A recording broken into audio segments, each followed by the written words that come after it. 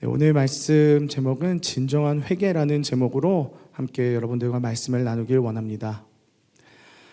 사람은 자신이 잘못했을 때 그 잘못을 가리려고 정당화하려는 그런 모습들이 있습니다.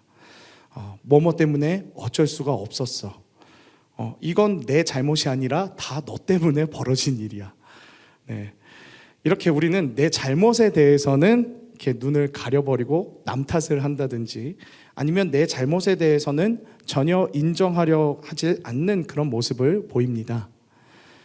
창세기 3장을 보면요, 아담과 하와가 사단의 꿰매 넘어가 선악과를 먹은 그 범죄를 저지른 이후에 아담과 하와는 서로의 죄를 인정하기보다는 서로 이제 변명하고 핑계대며 아담은 하와 때문에, 하와는 뱀 때문에 자신이 범죄할 수밖에 없었다라는 이야기를 하나님께 합니다.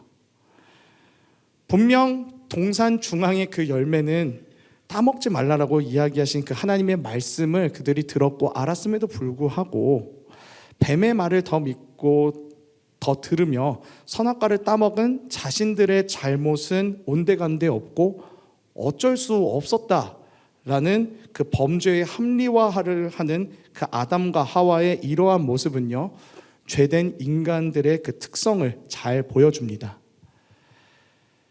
그런데 이러한 특징을 벗어난 성경 인물이 있었습니다. 그것은 바로 하나님의 마음에 합한 자라고 불렸던 다윗입니다. 다윗은 자신의 부하 장수인 우리아의 아내 그 밧세바와 간음을 하고 이것을 숨기기 위해서 자신의 그 부하 장수인 우리아를 전쟁터로, 이제 가장 치열한 그 전쟁터로 이제 일부러 이제 그곳에 보내서 거기서 이제 죽게끔 전사에서 이제 죽게끔 그렇게 조작을 하는데요. 세상의 시선으로 봤을 때는 다윗의 이런 일처리가 굉장히 어떻게 보면은 자연스럽고 깔끔하게 처리한 것처럼 보이지만, 모든 것을 아시는 하나님은 이 사건의 모든 전말을 다 알고 계셨습니다. 그래서 사무엘하 12장을 보면요, 하나님은 나단 선지자를 보내셔서 다윗의 이 범죄 사실에 대해서 이제 다윗, 너가 이러한 행동들을 하지 않았느냐라면서 이제 나단 선지자를 통해서 책망하시는 것을 이제 보는데요. 보통 이렇게 왕이나 귀족들의 이런 고위층 스캔들이 일어났을 때 우리가 부정하여, 이제 보통 보면은 이런 부분들에 대해서 부정하여 숨기거나 모략을 일으켜서 이 사실을 알고 있는 사람들을 은밀히 제거하는 등 그런 일들을 행하지만, 다윗은 왕임에도 불구하고 그 자신의 잘못에 대해서 핑계대지도 숨지도 않고 바로 나단 선지자에게 내가 여호와께 범죄하였나이다 라고 말하면서 모든 사실을 인정하는 것을 우리가 볼 수 있습니다. 오늘 우리가 읽은 이 본문, 시편의 본문 말씀은요, 바로 다윗이 밧세바와 간음한 사건과 또 나단 선지자의 이 책망 이후에 다윗이 하나님 앞에 회개하면서 쓴 내용인데요. 오늘 말씀을 통해 우리가 죄를 지었을 때 하나님께 어떻게 나아가야 할지, 진정한 회개에 대해서 함께 이야기를 나눠보고자 합니다. 오늘의 말씀의 구조를 보면 이렇습니다. 먼저 1, 2절은 다윗이 자신의 죄를 스스로 고백하며 하나님께 자비를 구하는 모습이 나옵니다. 그 다음에 3, 4절은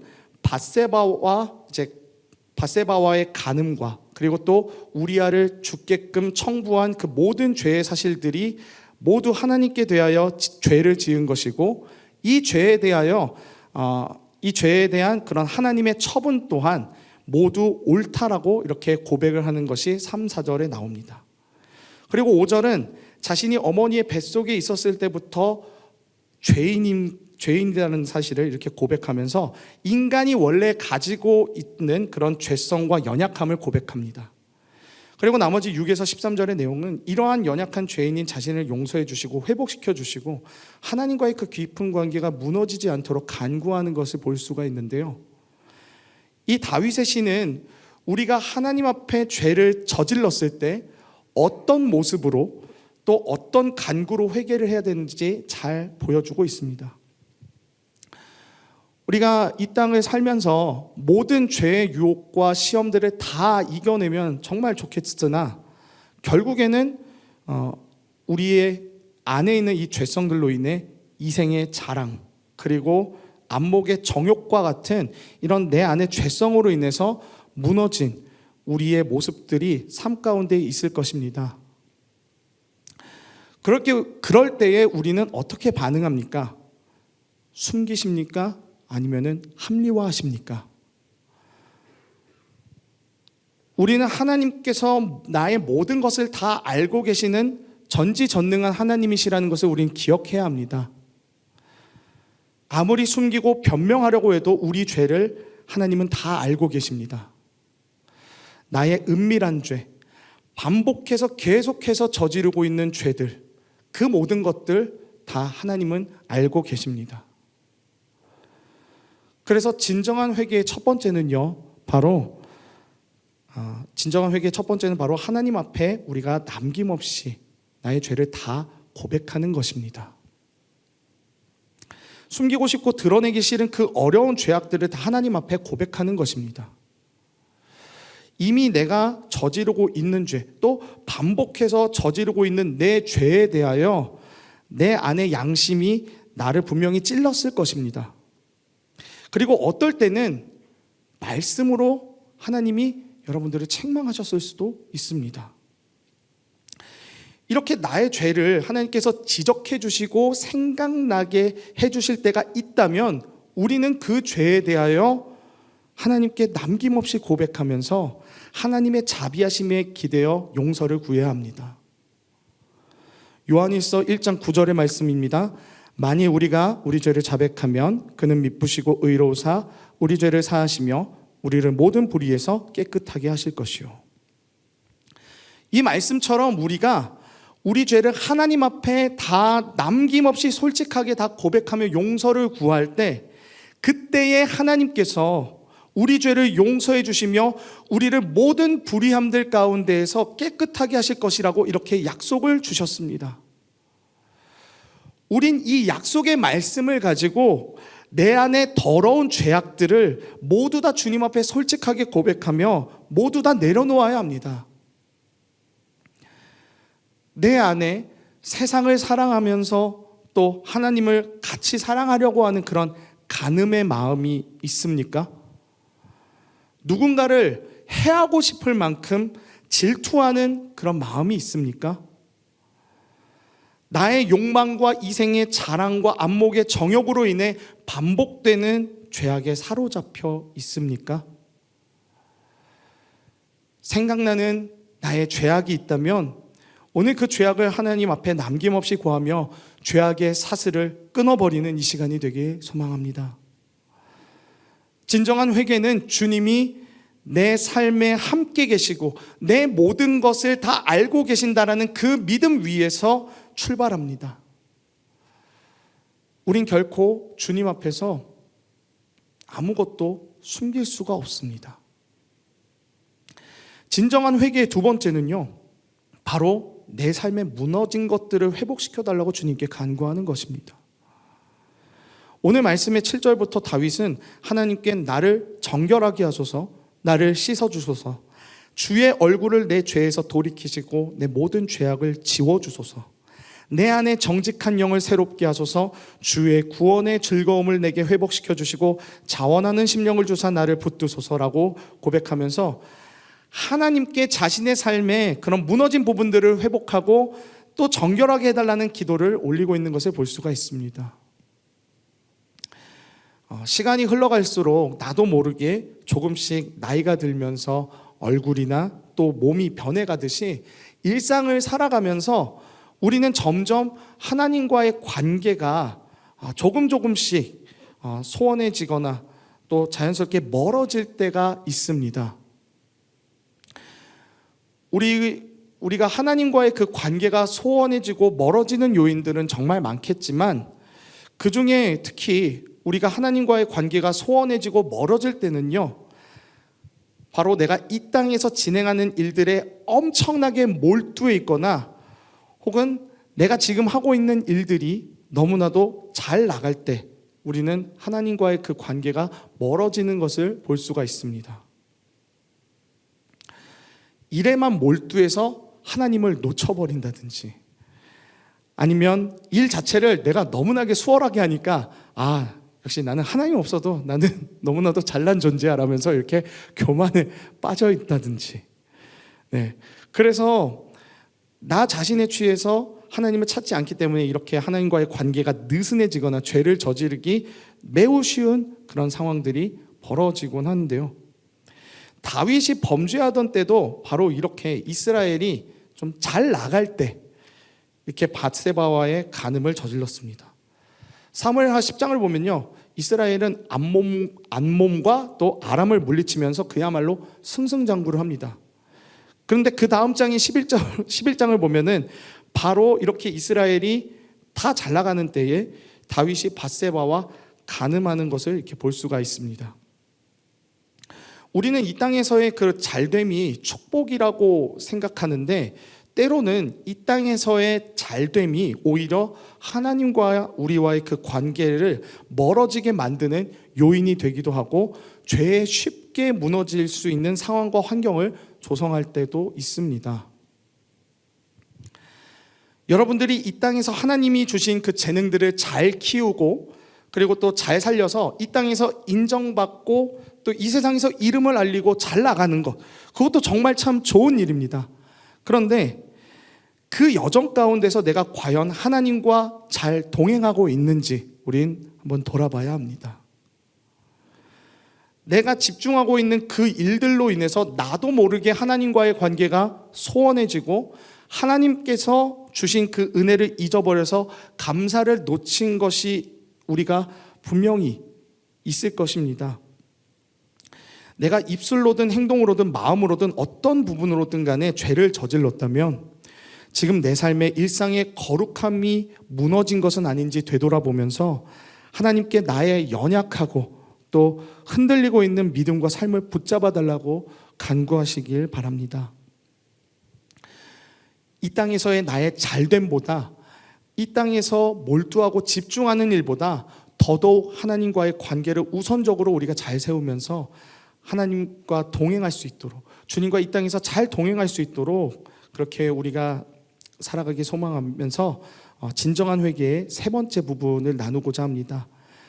진정한 회개의 세 번째는요, 바로 더 이상 죄에 거하지 않기 위해 새롭게 변화되는 것을 간구하는 것이라는 겁니다. 역사의 예수 그리스도의 탄생을 기준으로 BC와 AD가 이렇게 나누어지듯이 우리 삶의 회개함이 바로 인생의 BC와 AD가 되는 그 기준점이 되어야 한다는 것입니다.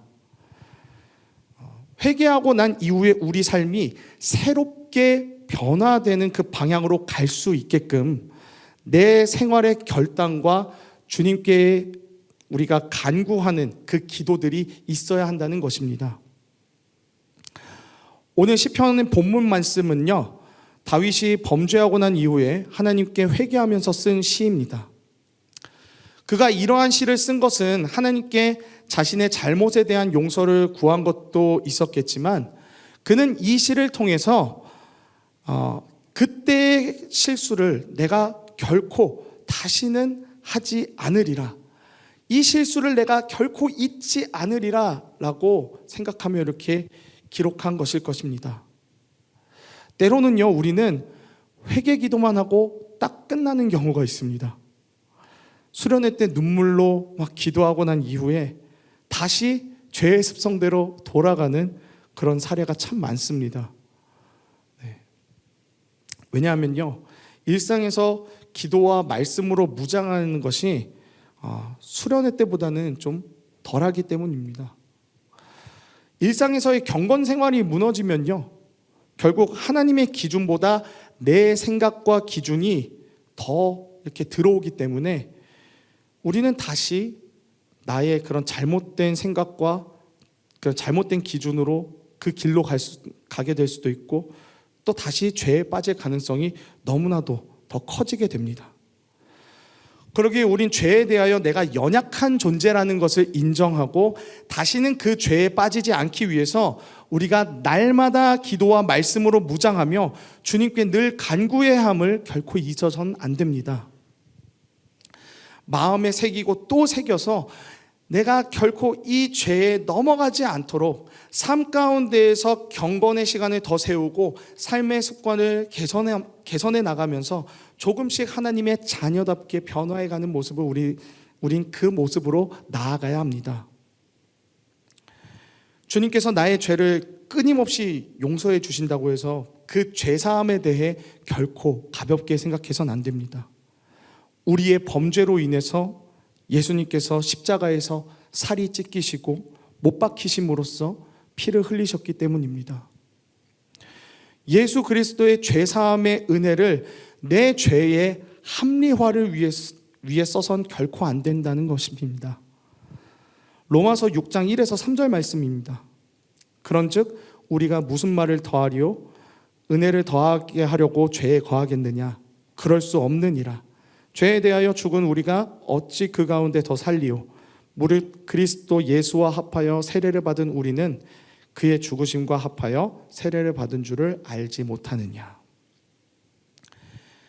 나의 죄의 합리화를 위해서 예수님께서 주시는 그 죄 용서의 은혜를 이용하는 것은 결코 있을 수 없다라고 이렇게 성경은 말합니다.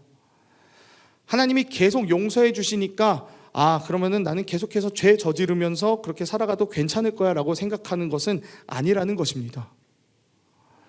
그것은 죄된 내 삶을 그대로 편히 유지하기 위해서 주님의 십자가 보혈을 이용하는 것이고, 그것이 죄를 합리화하는 것입니다. 주님께 회개하여서 용서받았다라는 것은 이제 내가 죄에 대하여는 죽었다라는 승리의 선포이자 사망 선고입니다. 이젠 죄된 내가 죽고 그리스도께서 내 마음 가운데 살아 계시기 때문에 나는 주님 안에서 새 사람이 되었다는 것을 말해줍니다. 진정한 회개는 잘못된 길을 돌이켜 주님의 길로 나아간다는 것을 뜻합니다. 죄된 내가 죽었기에 나는 더 이상 죄의 삶이 아니라 말씀이 인도하는 삶을 살 수밖에 없다는 것을 깨닫고 새롭게 변화된 삶으로 살아갈 수 있도록 간구하며 그렇게 기도하는 것이 진정한 회개라는 것입니다. 사랑하는 여러분, 여러분들을 괴롭히고 있는 그 죄가 혹시 무엇입니까? 그 죄가 나에게 달콤하게 느껴지고 전혀 나에게 고통으로 여겨지지 않는다면 우린 거기에서 빨리 돌이켜야 합니다. 마약에 중독된 사람이 마약을 고통으로 여깁니까? 자신의 몸을 해하는 것을 알면서도 그 마약이 나에게 달콤하고 좋으니까 이 마약 중독자들은 이 마약을 계속해서 찾는 것입니다. 죄도 마찬가지입니다. 합리화를 하기 시작하면은 그 죄가 마치 그 본드 스티커와 같이 점점 달라붙어서 뗄래야 뗄 수가 없는 그런 지경에 놓여지게 되고, 그 본드 스티커와 같이 계속해서 우리 삶 가운데에서 붙여지고 협착되고 그렇게 된다면은 결국에는 우리 삶의 자유와 평안을 점점 빼앗아가기 시작할 것입니다. 우리 주님은 우리가 죄악과 욕심으로 인해서 너무나도 힘들고 어려운 삶을 산다는 것을 잘 알고 계셨습니다. 그러기에 우리에게 수고하고 무거운 짐진 자들아 다 내게로 오라고 말씀하신 것입니다.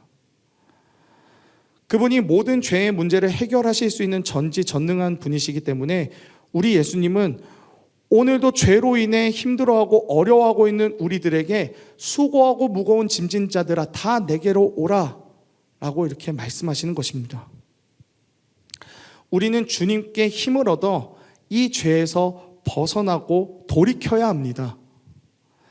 합리화하고 피하고 도망가는 것이 아니라 주님께 솔직히 말하여 용서를 구하고 회복을 구하며 다시는 이 죄가 나를 지배하지 못하도록 성령 충만함을 우리는 구해야 합니다.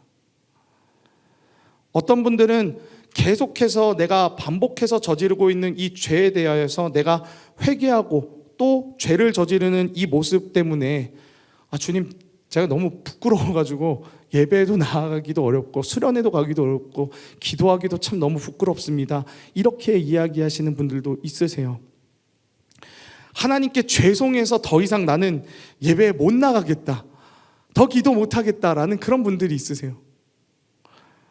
그러나 주님이 원하시는 것은요, 그 죄송하고 어려운 마음들 그대로 가지고 하나님을 찾아와 용서를 구하는 그 모습, 주님은 그 모습을 기쁘게 받으신다는 것입니다. 그리고 어떤 분들은요, 또 이렇게 회개 기도를 했는데 또 똑같이 무너질 그 자신의 모습을 걱정하면서 미리 정죄감과 불안감에 빠져 있는 분들도 있으세요. 근데 여러분, 우리 하나님은요, 그러한 우리의 연약함을 아시고 우리가 새롭게 변화되어서 돌이킬 때까지 계속해서 우리를 용서해 주시고 새 힘을 불어넣어 주시는 분이십니다. 그분과의 관계를 결코 놓아서는 안 됩니다. 우리는 가지이고 주님은 포도나무이시기 때문에 새 생명이 되신 그 은혜를 주시는 주님을 결코 놓아서는 안 됩니다. 죄에 빠질까 걱정하고 불안감에 사로잡혀 계신 분들이 계시다면 더더욱 말씀과 기도로 무장하면서 주님께서 주시는 그 평안을 맛보시길 바랍니다. 야고보서 1장 5절 말씀에 너희 중에 누구든지 지혜가 부족하거든 모든 사람에게 후히 주시고 꾸짖지 아니하시는 하나님께 구하라 그리하면 주시리라 라고 주님은 말씀하십니다. 우리 주님은 하나님의 그 자녀들이 의인으로서 살기 위해서 구하는 것들에 대해서 꾸짖지 않으시고 후히 주시며 힘을 주시는 하나님이십니다. 죄로 인해 무너지고 아직 내가 변화되지 못했다라고 한다면 다시 주님께 나아와 회복을 구하십시오. 우린 넘어져도 영원한 은혜와 사랑으로 우리를 덮으시는 그 주님께 우리 나아갑시다. 우리 아버지 되신 주님이 우리가 진정한 회개를 할 수 있도록 계속해서 기다리시고 능력 주실 것입니다.